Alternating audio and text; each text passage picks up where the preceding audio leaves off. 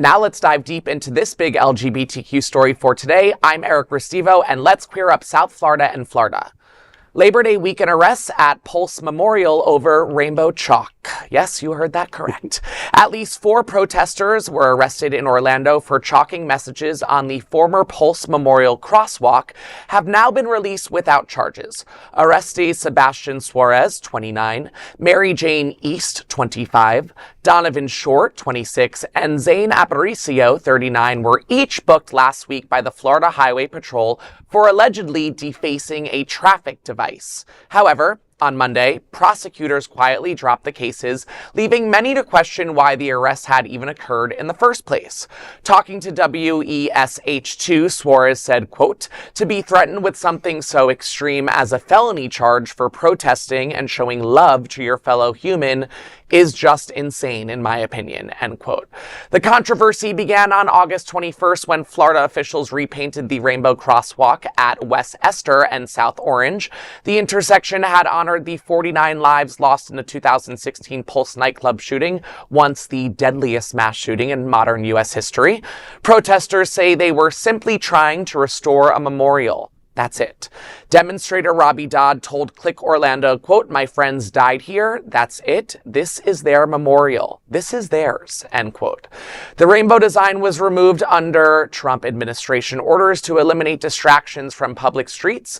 Transportation Secretary Sean Duffy wrote in July, "Taxpayers expect their dollars to fund safe streets, not rainbow crosswalks," end quote. Yet an Orlando Sentinel analysis shows colorful crosswalks actually improve safety. Meanwhile, Governor Ron DeSantis insists they create hazards, echoing his broader campaign against LGBTQ visibility here in Florida. For the protesters, however, the fight is about memory, not politics. Suarez recalled, "We put some chalk down on the ground, and before I knew it, I was in the back of a squad car." Their lawyer argued water-soluble chalk hardly amounts to felony-level damage, and that was a point that the judge agreed with, which makes me extremely happy. I'm confused, and I don't relate the word protesters always to a negative connotation whatsoever. However, as I'm reading it, it's feeling negative just reading the words because of however they have painted this distraction to make it seem as if we're doing anything other than honoring the lives of our queer brothers and sisters who were lost at the Pulse Memorial. I'm confused as to why it's getting this negative tone to it. It doesn't make sense to me. The weapons that cost 49 lives that day are not under scrutiny, but chalk is. Right. That tells the whole story. This is about erasure. This is about intimidation. This is about harassment. This is just completely anti-LGBTQ. Because, yeah, if you don't like it, wash it away. Like, this is why should anyone spend a minute in a police car for this? This is just harassment. And what a ridiculous waste of time and money. Speaking of money, can Governor Distract Us tell us what happened to the money that his broodmare stole from her fake charity? Any answer to that? No, okay. I'm not hearing any.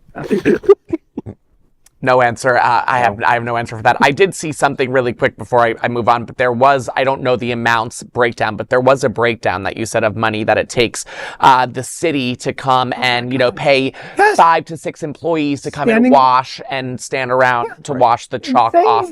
It costs a lot more money to do that than to... It's infuriating, yeah. To say the least. And I love the ones that have done rainbows around potholes and things that need to be fixed. Like, why don't you spend your time and your money and the 6 people that it took to wash that section and the police that are there now watching the intersection so no one is painting it or chalking it. I mean, it's insane that this is a priority of the state when we have so many other issues in our state right now. So, but that's where they want to go. It's all about the destruction of the LGBT and erasure of our community and our history. 100%. And shout out to Fort Lauderdale, the city commissioners meeting, because they are actually fighting it back actively. They are not going to just sit down and take the heat. So shout out to Fort Lauderdale. I am concerned about the Rainbow Bridge. I know they say it's not going to affect it, but so did they say we're never going to see Don't Say Gay.